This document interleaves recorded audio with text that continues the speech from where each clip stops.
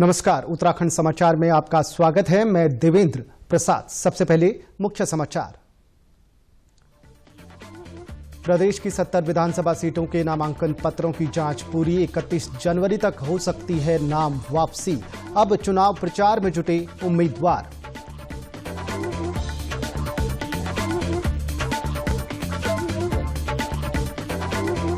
भाजपा प्रदेश अध्यक्ष मदन कौशिक बोले, कांग्रेस भ्रष्टाचार की जननी, भाजपा की होगी सत्ता में वापसी। वहीं कांग्रेसी नेताओं ने कहा, विकास कार्य करने में नाकाम रही प्रदेश सरकार। देश में 4 करोड़ 50 लाख से अधिक बच्चों को लगाया कोविड का पहला टीका। रुद्रप्रयाग में बच्चों के 100% टीकाकरण के लिए अभियान 31 जनवरी से। प्रदेश में आज कोरोना के 2490 नए केस। नई दिल्ली के विजय चौक पर आज बीटिंग दी रिट्रीट समारोह। राष्ट्रपति रामनाथ कोविंद और प्रधानमंत्री नरेंद्र मोदी ने लिया भाग। सैन्य परंपरा की मिसाल है ड्रम की ध्वनि। अब समाचार विस्तार से। प्रदेश की 70 विधानसभा सीटों के लिए उम्मीदवारों द्वारा किए गए नामांकन पत्रों की जांच की जा रही है। चमोली की 3 विधानसभा सीटों के सभी 34 नामांकनों को सही पाया गया है। बद्रीनाथ से 13, थराली से 9 और कर्णप्रयाग से 12 प्रत्याशियों ने अपना नामांकन किया है। बद्रीनाथ के ज्वाइंट मजिस्ट्रेट अभिनव शाह ने बताया कि सभी नामांकन सही पाए गए हैं। हमारे पास 13 अभ्यर्थियों ने नॉमिनेशन दाखिल करे थे और जिसमें से 3 लोगों ने 2-2 नॉमिनेशन पत्र दाखिल करे थे। तो सभी नॉमिनेशन पत्र हमारे वैलिड पाए गए, तो सभी स्वीकृत हो गए। थराली के एसडीएम कमलेश मेहता ने कहा कि सभी नामांकन सही पाए गए हैं। थराली विधानसभा में 9 लोगों ने नामांकन दाखिल किया था। आज 29 तारीख को सभी की समीक्षा की गई, जिसमें सभी नामांकन पत्र स्वीकृत हुए हैं। वहीं रुद्रप्रयाग की 2 सीटों के लिए 27 उम्मीदवारों ने नामांकन किया है। सभी प्रत्याशियों के नामांकन सही पाए गए हैं। केदारनाथ से 14 और रुद्रप्रयाग सीट से 13 उम्मीदवार चुनाव मैदान में हैं। नैनीताल सीट पर सभी 7 नामांकन पत्र सही पाए गए। रिटर्निंग ऑफिसर प्रतीक जैन ने बताया कि एक उम्मीदवार ने पहले आम आदमी पार्टी से नामांकन दाखिल किया था, लेकिन उम्मीदवार बदलने से वो निर्दलीय चुनाव लड़ सकता है। समीक्षा की प्रोसीडिंग पूरी करनी है। समीक्षा से पहले हमारे पास 7 नाम निर्देशन पत्र प्रस्तुत किए गए थे कल 28 जनवरी 2022 के 3 बजे तक। समीक्षा उपरांत सभी 7 नाम निर्देशन पत्र एक्सेप्ट कर लिए गए हैं। टिहरी जिले में देवप्रयाग विधानसभा से समाजवादी पार्टी के प्रत्याशी सौरभ की उम्र 25 वर्ष से कम होने के कारण उनका नामांकन रद्द किया गया है। इसके बाद अब सभी 6 विधानसभा में अन्य सभी प्रत्याशियों के नामांकन वैध पाए गए हैं। वहीं बागेश्वर में उक्रांत प्रत्याशी और 2 निर्दलियों का नामांकन पत्र रद्द हो गया है। मुख्यमंत्री पुष्कर सिंह धामी ने आज यमुनोत्री से भाजपा प्रत्याशी केदार सिंह रावत के समर्थन में प्रचार किया। मुख्यमंत्री धामी हेलीकॉप्टर से चिन्यालीसौड़ पहुंचे। इसके बाद उन्होंने मनकामेश्वर मंदिर में दर्शन कर पूजा अर्चना की। इसके बाद मुख्यमंत्री ने चिन्यालीसौड़ बाजार में डोर टू डोर जनसंपर्क कर भाजपा के लिए वोट मांगे। उन्होंने कार्यकर्ताओं के साथ बैठक कर चुनाव संबंधी जरूरी टिप्स भी दिए। उन्होंने कहा कि भाजपा फिर से सरकार बनाएगी। कांग्रेस पर हमला करते हुए उन्होंने कहा कि कांग्रेस भ्रष्टाचार की जननी है, जनता को इस पार्टी से सतर्क रहने की जरूरत है। भाजपा के प्रदेश अध्यक्ष मदन कौशिक ने कहा है कि पार्टी ने सभी 70 सीटों पर नामांकन कराया है। देहरादून में मीडिया से बातचीत में उन्होंने कहा कि जहां कहीं कुछ परेशानी थी उसका समाधान कर दिया गया है और कुछ समस्याओं का जल्द समाधान कर लिया जाएगा।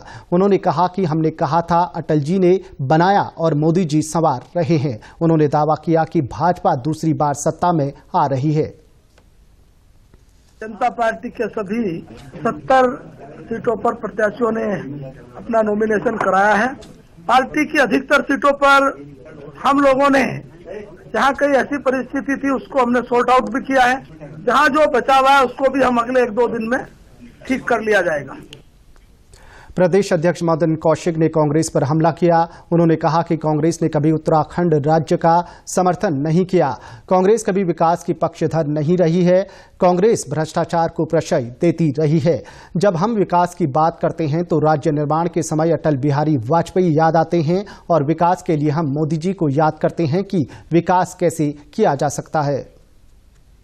कांग्रेस कभी विकास की पक्षधर नहीं रही, वह स्कैम की जननी रही है। जब हम विकास की बात करते हैं तो हमें निश्चित रूप से राज्य निर्माण के समय अटल बिहारी वाजपेयी जी याद आते हैं। आज हम नरेंद्र मोदी जी को याद करते हैं कि विकास कैसे किया जा सकता है, क्या विकास की दृष्टि होती है। वहीं कांग्रेस प्रदेश मुख्यालय में पहुंचे राज्यसभा सांसद शक्ति सिंह गोहिल ने कहा कि कांग्रेस उत्तराखंड में 4 धाम 4 काम पर विशेष फोकस कर रही है। स्वास्थ्य, शिक्षा, बेरोजगारी और महंगाई पर कांग्रेस सरकार पूरी तरह से अंकुश लगाने का काम करेगी। उन्होंने आरोप लगाया कि मेरा गांव मेरी सड़क योजना कांग्रेस सरकार के समय में शुरू की गई थी, जिस पर भाजपा सरकार ने कोई काम नहीं किया। हमने हमारा एक विजन डॉक्यूमेंट 4 धाम 4 काम और इसके अलावा मैनिफेस्टो दिया है। हमने यूपीए 1, यूपीए 2 में जो चीजें कही थी, सोनिया गांधी जी खुद मॉनिटर करती थी इलेक्शन मैनिफेस्टो को। हमने कहा था फूड सिक्योरिटी बिल लाएंगे, लाया। हमने कहा आरटीआई लाएंगे, हम आरटीआई लाए। हमने कहा वन संपत्ति पे अधिकार होगा। कांग्रेस ने देहरादून स्मार्ट सिटी को लेकर भी भाजपा पर हमला किया। कांग्रेस के राष्ट्रीय प्रवक्ता गौरव वल्लभ ने कहा कि देहरादून की गड्ढायुक्त सड़कें राजधानी की साख पर बट्टा लगा रही हैं। यहां से शहर और पर्यटन स्थल तक जाने वाली सड़कों की हालत दयनीय बनी हुई है। एक योजना थी साथियों, नाम था उसका स्मार्ट सिटी, और उस स्मार्ट सिटी में देहरादून का भी चयन हुआ। देहरादून के लोगों को बड़ी खुशी हुई कि हमारा शहर भी स्मार्ट बनेगा। एक नेचुरल चीज है। पर आज अगर आप मेरे साथ चलिए तो 4-4 फीट गहरे गड्ढे हैं। अगर छोटी कोई कार हो तो पूरी कार ही गड्ढे में चले जाए। प्रधानमंत्री नरेंद्र मोदी रविवार को आकाशवाणी से मन की बात कार्यक्रम में अपने विचार साझा करेंगे। इस बार राष्ट्रपिता महात्मा गांधी की पुण्यतिथि पर 11 बजे उन्हें श्रद्धांजलि दिए जाने को देखते हुए मन की बात कार्यक्रम का प्रसारण 11:30 बजे किया जाएगा। यह इस मासिक रेडियो कार्यक्रम की 50वीं और वर्ष 2022 की पहली कड़ी होगी। इसका प्रसारण आकाशवाणी और दूरदर्शन की नेटवर्क, आकाशवाणी समाचार वेबसाइट और news on air mobile app पर किया जाएगा। ये कार्यक्रम AIR न्यूज, दूरदर्शन समाचार, प्रधानमंत्री कार्यालय तथा सूचना और प्रसारण मंत्रालय के YouTube चैनलों पर भी उपलब्ध रहेगा। नामांकन प्रक्रिया पूरी होने के बाद अब उम्मीदवार डोर टू डोर प्रचार में जुट गए हैं।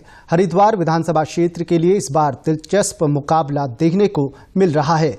हरिद्वार विधानसभा क्षेत्र में कुल 1,42,000 मतदाता हैं। इनमें 78,000 पुरुष और 64,000 महिला मतदाता हैं।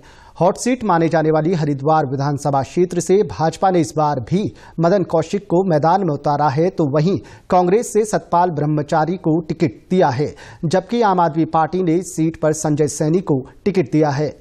भाजपा उम्मीदवार मदन कौशिक का कहना है कि वह 5वीं बार भी जीत का परचम लहराएंगे और हरिद्वार सीट भी भाजपा के खाते में ही जाएगी। या कोई नाराज है उन सबको हमने लगभग मनाया है। जो 7-8 बचे हैं उनसे भी आज बात हो रही है वापस लेने की, वो भी वापस लेंगे। मैं समझता हूँ कि कल परसों तक सारी स्थिति पूरी क्लियर हो जाएगी। कल हम लोग रुद्रप्रयाग में थे, गृह मंत्री जी भी थे। बहुत अच्छा वातावरण है, माहौल है और 2017 से बड़ी विजय की तरफ भारतीय जनता पार्टी बढ़ रही है। वहीं कांग्रेस प्रत्याशी सतपाल ब्रह्मचारी का कहना है कि हरिद्वार को नशा मुक्त करना तथा यहां की मर्यादा को बनाए रखना उनका प्रमुख मुद्दा होगा। इसके अलावा सड़क, बिजली, पानी, रोजगार जैसी बुनियादी सुविधाओं के मुद्दे पर वे चुनाव लड़ेंगे। मैं चाहता हूं कि हरिद्वार नशा मुक्त हो, रोजगार युक्त हो, शिक्षा और स्वास्थ्य बढ़िया हो, महंगाई की जो मार झेल रहे हो महंगाई कम होनी चाहिए। हमारे नेताओं ने कहा है, माननीय हरीश रावत जी ने प्रेस के माध्यम से भी, मैनिफेस्टो में भी 500 रुपये का गैस सिलेंडर मिलेगा, 200 यूनिट बिजली फ्री 1 साल के अंदर। उत्तराखंड चुनाव सह प्रभारी लॉकेट चटर्जी ने कहा है कि भाजपा प्रधानमंत्री नरेंद्र मोदी और मुख्यमंत्री पुष्कर सिंह धामी के नेतृत्व में एकजुट होकर चुनाव लड़ेगी। अल्मोड़ा में एक प्रेस वार्ता में उन्होंने कहा कि अल्मोड़ा में पार्टी के सभी कार्यकर्ता और पदाधिकारी एकजुट होकर भाजपा को जीत दिलाने का काम करेंगे। देखिए, भारतीय जनता पार्टी एक परिवार है और हम लोग परिवार का सदस्य है। मैं बंगाल से आई हूँ और मैंने जो देखा टिकट घोषणा होने के बाद, जो बहुत सारा कार्यकर्ता का मन में जो चल रहा था, उसके साथ हम लोग का बातचीत हुआ। हम सब लोग एक साथ हैं और ये अल्मोड़ा विधानसभा हम लोग जीतेंगे। भारतीय जनता पार्टी मोदी जी का नेतृत्व में, पुष्कर धामी जी का नेतृत्व में हम लोग, ये ललित जी, ये बड़ा बड़ा कार्यकर्ता चौहान जी, रघुनाथ चौहान जी भी है, रवि रौतेला जी भी है, सब लोग एक साथ होके सबसे पहले हमारा भारतीय जनता पार्टी का कार्यकर्ता सबसे ज्यादा हम लोग के लिए महत्वपूर्ण है। भारतीय जनता पार्टी का कार्यकर्ता मन में जो भी था, मैंने उनके साथ बातचीत किया, हृदय का बात सुना। लेकिन हम लोग जानते हैं कि पार्टी जो निर्णय लेते हैं हम लोग उसका विचार में ही चलते हैं, तो हम लोग एक साथ होके आगे बढ़ेंगे। ऐसा कुछ कंफ्यूजन हमारे बीच में नहीं है। हम लोग सब एक साथ हैं और लड़ेंगे भी एक साथ, जीतेंगे भी एक साथ। विधानसभा सामान्य निर्वाचन 2022 के सफल संपादन के लिए निर्वाचन आयोग से नामित प्रेक्षकों ने टिहरी जिला कार्यालय में जिला निर्वाचन अधिकारी युवा आशीष श्रीवास्तव और संबंधित अधिकारियों के साथ बैठक कर चुनाव की तैयारियों और व्यवस्थाओं की जानकारी दी। बैठक में प्रेक्षकों ने सुव्यवस्थित मतदाता शिक्षा एवं निर्वाचक सहभागिता, स्वीप के तहत मतदाता जागरूकता और मतदान प्रतिशत को बढ़ाने के लिए की गई गतिविधियों की जानकारी भी ली। उन्होंने कहा कि निर्वाचन आयोग द्वारा स्वीप गतिविधि दिव्यांग बूथ, सखी बूथ या आदर्श बूथ को आकर्षक बनाने का मकसद मतदाताओं को मतदान के प्रति जागरूक करना और मतदान प्रतिशत को बढ़ाना है। प्रेक्षकों ने नामांकन कक्षों, कंट्रोल रूम और मीडिया प्रमाणन एवं अनुश्रवण समिति कक्ष का निरीक्षण कर आवश्यक दिशा निर्देश भी दिए। ऑब्जर्वर्स, 2 जनरल ऑब्जर्वर्स नियुक्त किए गए हमारे जिले के लिए, तो उनके द्वारा और पुलिस ऑब्जर्वर के द्वारा अभी शीर्ष अधिकारियों की बैठक ली गई, जिले के शीर्ष अधिकारियों की।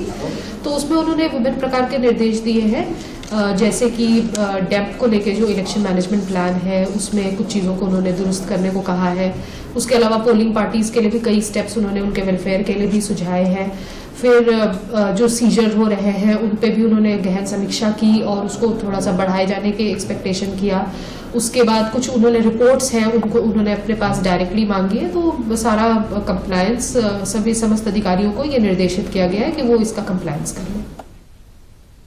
नई दिल्ली में विजय चौक पर आज देर शाम को बीटिंग दी रिट्रीट समारोह के दौरान 1000 ड्रोन का प्रदर्शन हुआ। राष्ट्रपति रामनाथ कोविंद, प्रधानमंत्री नरेंद्र मोदी और रक्षा मंत्री राजनाथ सिंह समेत अन्य गणमान्य व्यक्ति इस अवसर पर उपस्थित रहे। मेक इन इंडिया पहल के तहत इस समारोह की अवधारणा, डिजाइन और कोरियोग्राफी की गई। गौरतलब है कि बीटिंग दी रिट्रीट सदियों पुरानी सैन्य परंपरा है। ये परंपरा उस समय से चली आ रही है जब सूर्यास्त के समय सैनिक युद्ध रोक देते थे। जैसे ही युद्ध विराम का बिगुल बजता था, सैनिक लड़ाई बंद कर अपने हथियार रख देते थे और युद्ध के मैदान से हट जाते थे। यही कारण है कि युद्ध वापसी की धुन के दौरान खड़े रहने की प्रथा आज भी कायम है। ड्रम की धुन उन दिनों की याद दिलाती है जब शाम को निर्धारित समय पर सैनिकों को कस्बों और शहरों से उनके बैरक में वापस बुला लिया जाता था। इन सैन्य परंपराओं के आधार पर बीटिंग दी रिट्रीट समारोह बीते समय की याद दिलाता है।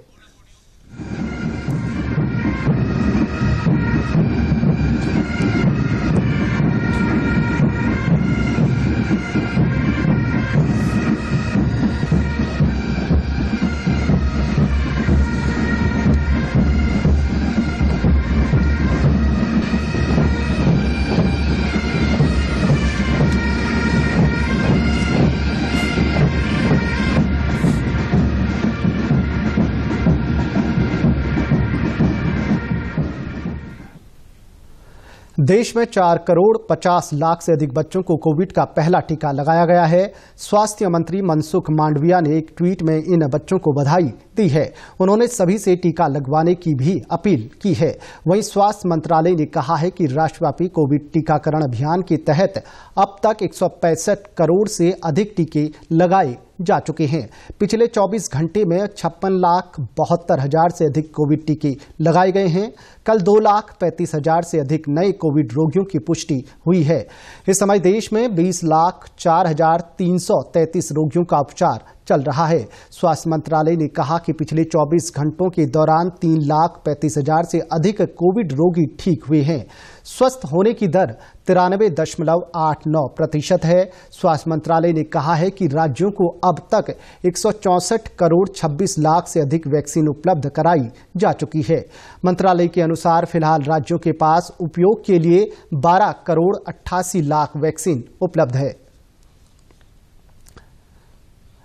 वहीं उत्तराखंड में कोविड के आज 2,490 नए केस आए हैं, जबकि 2,320 मरीज स्वस्थ हुए हैं। 10 मरीजों की मौत हुई है। प्रदेश भर में एक्टिव केस 30,985 हैं। वहीं रिकवरी दर 54.35% और सैंपल पॉजिटिव दर 8.87% है।